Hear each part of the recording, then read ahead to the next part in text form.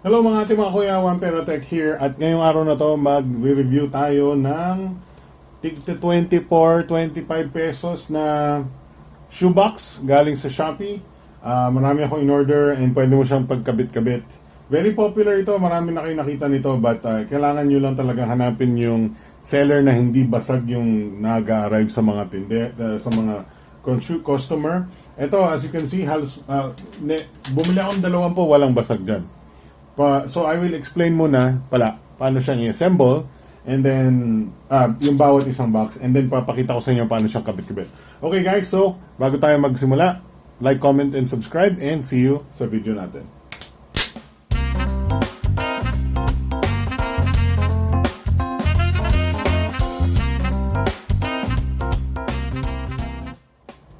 Okay, so matatanggap nyo sa 24 pesos yung isang dito sa takip. Nabubuksan siya pababang ganyan. And then, itong parang National Bookstore plastic folder thing. Hindi siya po folder, pero makikita nyo kung para saan siya. So, puntahan muna natin yung takip. Yung takip is, wala ka dapat gagawin sa kanya, pero sometimes, may mga excess plastic siya. So, pagkagawa na kanya, may mga excess plastic na ganito. So, tanggalin nyo na lang para medyo luminis ng konti yung actual box nyo, shoe box nyo. Yan. Okay. So, mostly yun yung kailangan yung tanggalin. Minsan, dito sa taas yung mga excess plastic. Hindi natin maiiwasan yan kasi budget lang yung produkto. Hindi naman mamahalin. Kung hindi nyo kayang tanggalin, well, hayaan nyo na lang. Basta hindi siya maka-istorbo sa pagbukas at pagsara ng takip. Okay. Dito rin sa loob, sa likod, tingnan nyo mabuti kung separated yung top and bottom part nun doon sa kanyang clip. So, padaanan nyo ng cutter. Ganyan. Okay? So, huwag nyo namang putulin yung buong padaanan nyo lang ng cutter. Okay, tapos na tayo dyan. Ito yung folder. Ang gagawin nyo muna is, bubuksan nyo siya. And then, fold nyo siya kung saan may mga fold lines. Gagawa tayo ng kahon. Okay? Fold lines dito. Gagawa tayo ng kahon. Okay? So, yan yun na siya. Tingnan nyo yung likod. Ito yung bandang likod. Fold nyo rin yan sa lahat sa fold line. Okay? Mamaya ako explain kung bakit yung ginaganyan. No? Fold line, balik nyo. Fold line, balik nyo. Okay. So, yung dalawang sides ipasok nyo. Yan. And then yung ilalim, na may dalawang square, ipatong nyo sa kanya. And then yung dito sa taas is meron siyang tab na pwede nyo i-push in. Ganyan. And then ito pa, may isa pang tab. Ganon. So yung tab na yun, sasaksak nyo dun sa square. No? Pati yung tab sa taas. Sa dalawang tab yan. Ganon. So kung gusto nyo makita yung loob, makikita nyo yan. May tab sa loob. Gawin nyo rin sa kabilang side, of course. Ganyan. Minsan kailangan nyo siyang tanggalin kasi hindi pumasok ng tama. So, push nyo lang sa loob. Okay. And then, ang ginagawa ko, tinatanggal ko na yung maliliit na parang pill shape na butas dito. May gamit po yan. Mostly, ang pinakagamit yan is para mapagkabit-kabit nyo yung mga kahon nyo sa isa't isa. Okay? Pwede ko explain mamaya kung paano nyo pagkabit-kabit yung mga kahon nyo. 6 yan, meron din sa likod. So, 3 sides. Isang nasa ibabaw, nasa ilalim, at nasa likod. Tapos tigalawa sila. Okay. Ngayon, dito tayo sa takip. Okay? Sa takip, makikita nyo meron siyang parang kakaibang shape sa ibabaw. I-fold in nyo yung shape na yon, lahat sila, 3 yan, no? Okay? So, yung taas, wala siyang fold in. Ila-line up nyo lang siya. So, ito yung takip natin, yung taas yung merong butas para buksan, no? Yan, ito yung taas. Gawin nyo, i-line up nyo, pinakamadali dito sa isang side, no? Isang edge na maikli. I-line up nyo yung tab dito. Sa finold in yung ganon. So, makikita nyo. Mas maganda kung binuksan nyo muna siya. Yan. Okay. So, makikita nyo, unti-unti siyang papasok doon sa tab. Hanggang sa mag-click, marinig nyo yung click. Siyempre, hindi ko magawa first time. No? Minsan, yung mismong box is mahirap mag-cooperate. So, huwag kayong magmadali. Unti-untiin nyo lang. Yan, okay. So, unti-unti marinig nyo mag-click pag medyo tumama na siya. Nag-click na siya. Hindi lang maingay. So, next one, dito sa ilalim, pinaka-next yun. Line up nyo lang ulit. Pati yung sa ibabaw para hindi siya magano. Yun, narinig nyo, nag-click siya. And then yung last one, line up nyo mabuti. Medyo kailangan yung i-assist yung folder para hindi siya magbungkol na gano'n. Yan, nag-click na siya. Yun, so kabit na siya. Pwede nyo siyang sura na ganyan. Yan, so buo nyo na yung buong isang kahon. Ngayon, gagawa ako ng 3 pang ganito para pagkakabitin ko sila in a 2x2 organisasyon. Okay? Okay mga kuya. So, papakita ko muna kung paano nyo ipagdidikit itong dalawa. For example, kung gusto nyo nasa ibabaw, nasa kaliwa, kanan, well, pare-pareho lang yan kasi pareho lang silang, kung nasa ibabaw ito, nasa ilalim ito. So, pinagdikit nyo yung up and down, left and right. No? Makikita nyo po, ang ating takip, meron siyang tab, usli sa itaas, no? And then meron siyang tusukan sa ilalim, no? And then dito sa kanan meron din siyang tab.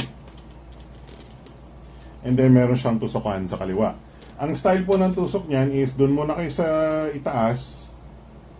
Makikita niyo may mas malapad na tab doon sa butas sa taas, mas manipis doon sa ilalim. Dito naman sa sa ilalim, mas makapal doon sa kaliwa, mas manipis sa ilalim. Sometimes, kailangan nyo po siyang padaanan ng cutter. Minsan, may excess plastic po sa loob niyan.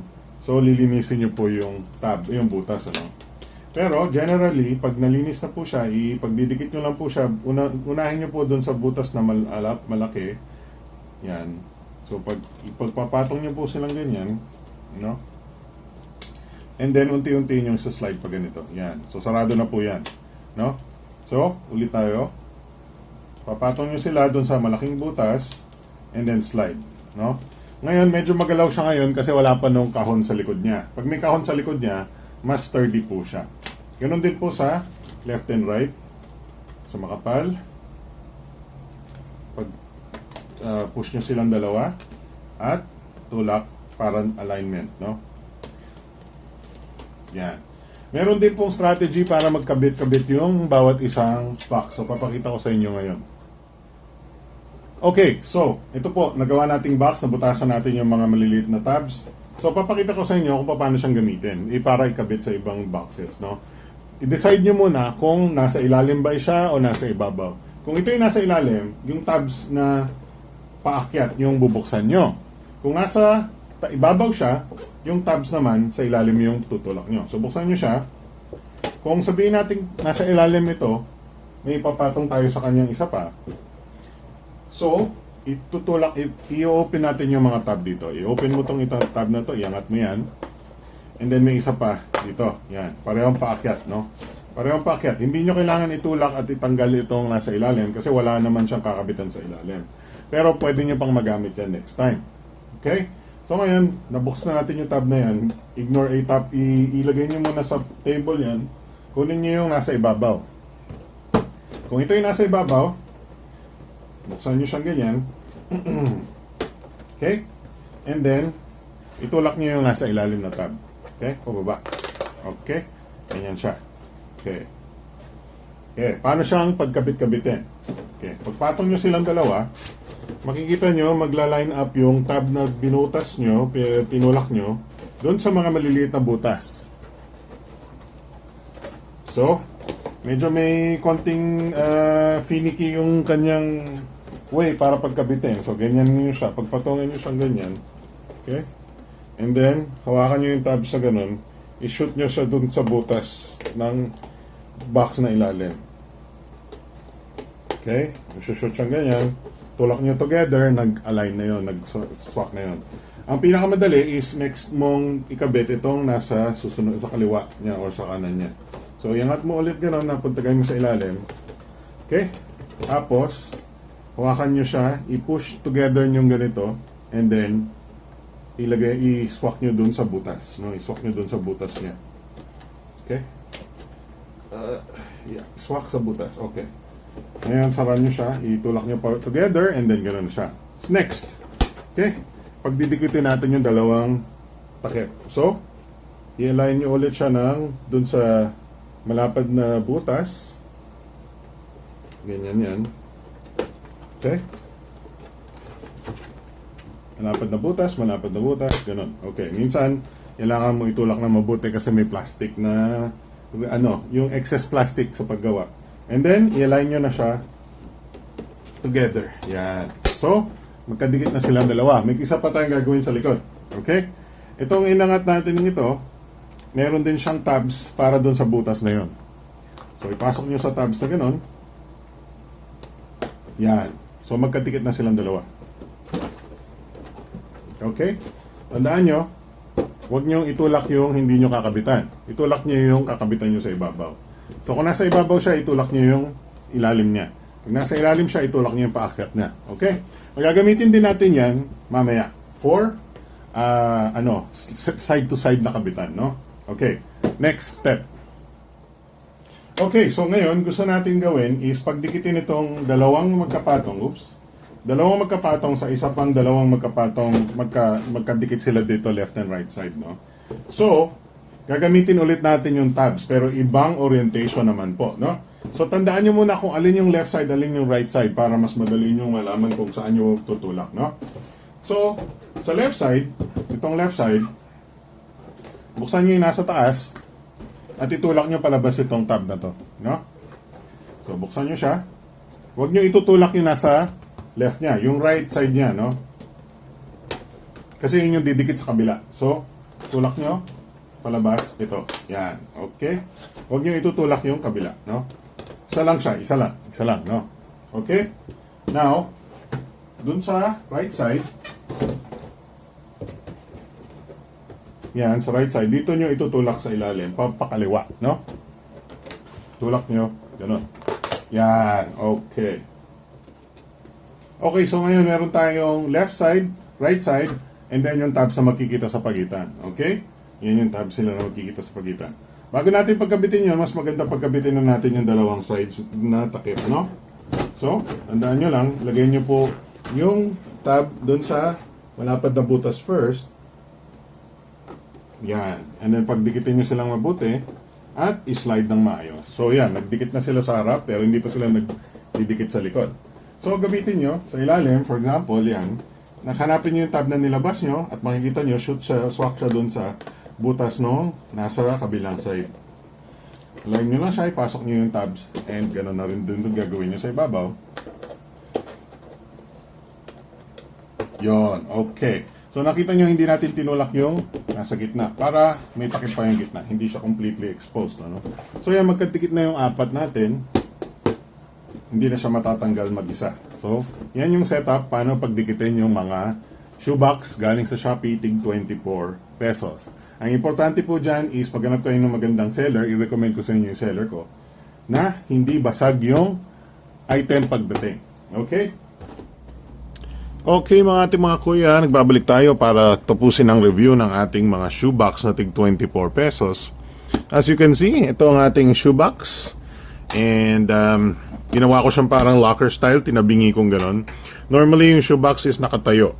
So ito yung nasa ibabaw, di ba? Pero tinurn ko siya clockwise 90 degrees para tumayo yung locker and then galing sa kanan yung pintuan. And then I stocked my things in there. So hindi ako mag-set up ng sapatos. Actually para ma-organize yung mga iba kong mga gadgets and mga USB cables, mga headphone jack, mga ganon. Merong Nintendo Switch dyan na tinago ko lang. So mga kahon ng camera, ganyan. So at least na-organize ko na siya, hindi na siya kakalat-kalat. And then pinatungan ko na lang ng ibang gamit sa ibabaw, which is medyo hindi masyadong safe pero tignan natin, pansamantala, no? So, this one, mamahalin yan. Huwag nyo nang pansinin yan. 600 pesos yan. Pero matibay yan. Super tibay. And then, ang gusto ko sa kanya, medyo matching yung colors nila. Pero wala nang relation yun. Lalagyan ko ng RGB LED strip sa likod dyan para mas maganda tingnan kasi translucent yung ating puti. So, lilitaw yung translucent RGB colors. Yung RGB colors sa translucent ng cabinets ko. Basically, naging cabinet siya, hindi shoebox. Parang maliliit na locker siya for my things. So, as you can see, matibay naman siya. Yung handling niya, syempre kailangan mag-ingat ka kasi yung parang plastic folder lang yung ano mo. Pag pinisa mo siya, mapipisa talaga siya. Pero pag ganito, kaya niya yung mag-hold ng medyo decent weight. So, not bad. I give it 5 out of 5 stars for 24 pesos. Maganda sana kung meron akong patungan para umangat siyang dito. Pero pag nakaupo ka, tama-tama lang yung height niya. Ito medyo mababa. So, mga less used items yung nilagay ko dyan. So yun ang ating review ng 24 peso shoebox na binili ko sa Shopee. I give it 5 thumbs up.